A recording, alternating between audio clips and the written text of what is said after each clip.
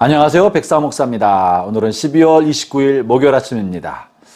오늘도 변함없이 하나님의 말씀과 함께 하루를 힘차게 출발하는 여러분 모두에게 크신 하나님의 복 되시는 종이 함께 하시기를 바랍니다. 오늘 주신 하나님의 말씀은 어제 본문과 이어지는 요한 2서의 말씀이죠. 요한 2서는 1장 한 장으로 되어 있는데 오늘이 그 후반부입니다. 1장 7절부터 13절까지의 말씀입니다. 요한 2서는 중요한 두 가지 이야기를 다루고 있습니다. 요한이서는 어제 말씀을 나눈 것처럼 그리스도 안에 있는 한 부인과 그의 자녀들에게 보낸 사도 요한의 사적인 편지 내용을 담고 있었습니다. 어제 본문에서는 그 사도 요한이 이 부녀와 자녀에게 보내는 핵심적인 메시지가 서로 사랑하라는 말씀이었습니다. 그것이 5절에 실려있는 이야기인데요. 제가 어제 본문이었던 5절을 읽어봅니다. 부녀여 내가 이제 네게 고하노니 서로 사랑하자. 이는 세계병같이 내게 쓰는 것이 아니요 처음부터 우리가 가진 것이라 하면서 서로 사랑하라. 사랑은 이것이다 하면서 사랑에 관한 이야기를 하는데 이 내용은 요한 1서에서 다루었던 내용의 핵심적인 내용만 짤막하게 쓰고 있는 것입니다. 이제 오늘 본문에서는 두 번째 메시지를 다루고 있는데요. 그것은 바로 이단에 대해서 조심하라는 것입니다. 이단에 대한 경계를 하고 있는데 이것도 요한 1서에서 다루고 있었던 주요 내용을 짧게 정리한 것입니다. 7절과 8절을 제가 읽어보겠습니다. 미혹하는 자가 세상에 많이 왔나니 이는 예수 그리스도께서 육체로 오심을 부인하는 자라. 이런 자가 미혹하는 자요 적그리스도니 너희는 스스로 삼가 우리가 일한 것을 잃지 말고 오직 온전한 상을 받으라. 이 본문에서는 이렇게 적그리스도에 관한 이야기, 이단에 관한 이야기를 하고 있는데 당시 사도 요한이 살았던 초기 교회 당시에 횡행했던 대표적인 이단은 예수님이 하나님이시고 거룩한 분이시기 때문에 육체를 가지실 리가 없다라고 생각했던 영지주의 이단입니다. 영지주의 이단은 하나님의 영역은 영적인 영역이고 거룩한 영역이고 반면에 육체적인 영역은 속된 영역이고 더럽혀진 영역이기 때문에 거룩하신 하나님이 육체를 입을 수는 없다. 그래서 예수님은 육체로 오지 않으셨다고 주장하는 것입니다.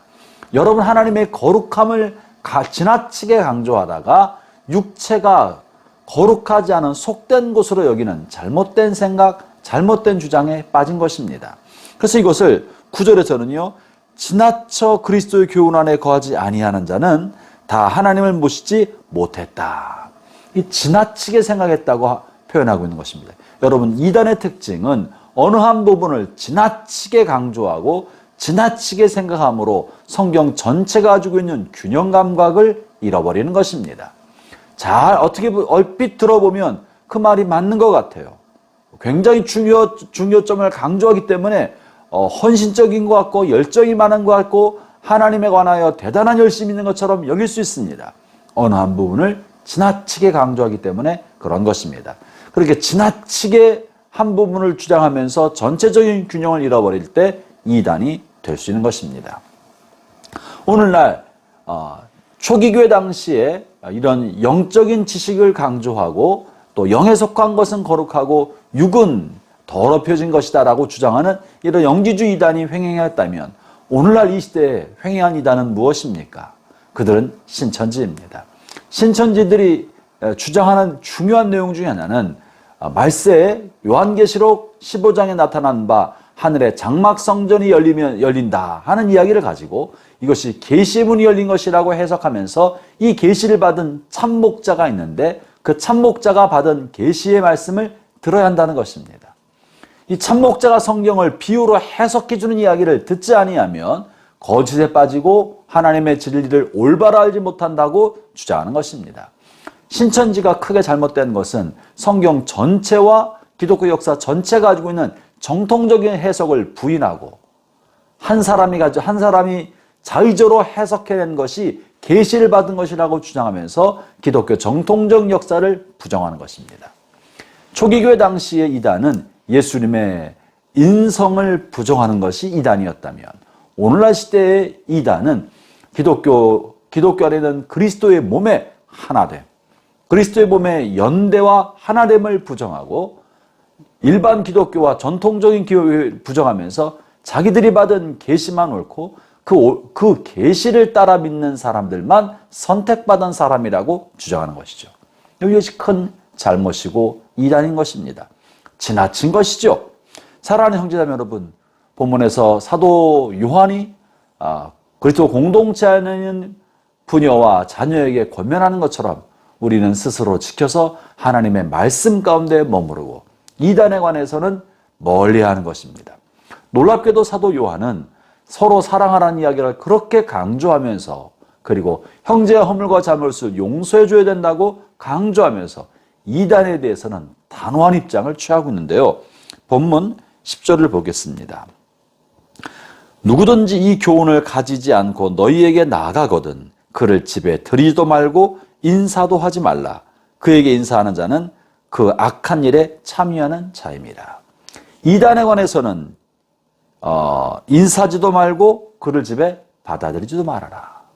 다른 사람들에 관해서는 가난한 사람, 어려운 사람 혹은 누구에게든지 환대를 베풀고 선을 행하라고 말하지만 악한 교훈, 거짓된 교훈, 진리의 말씀을 부인하는 이런 이단에 관해서는 아예 인사도 하지 마라. 그들에게 선을 베풀지 말라고 말하고 있습니다. 왜 그런 것입니까?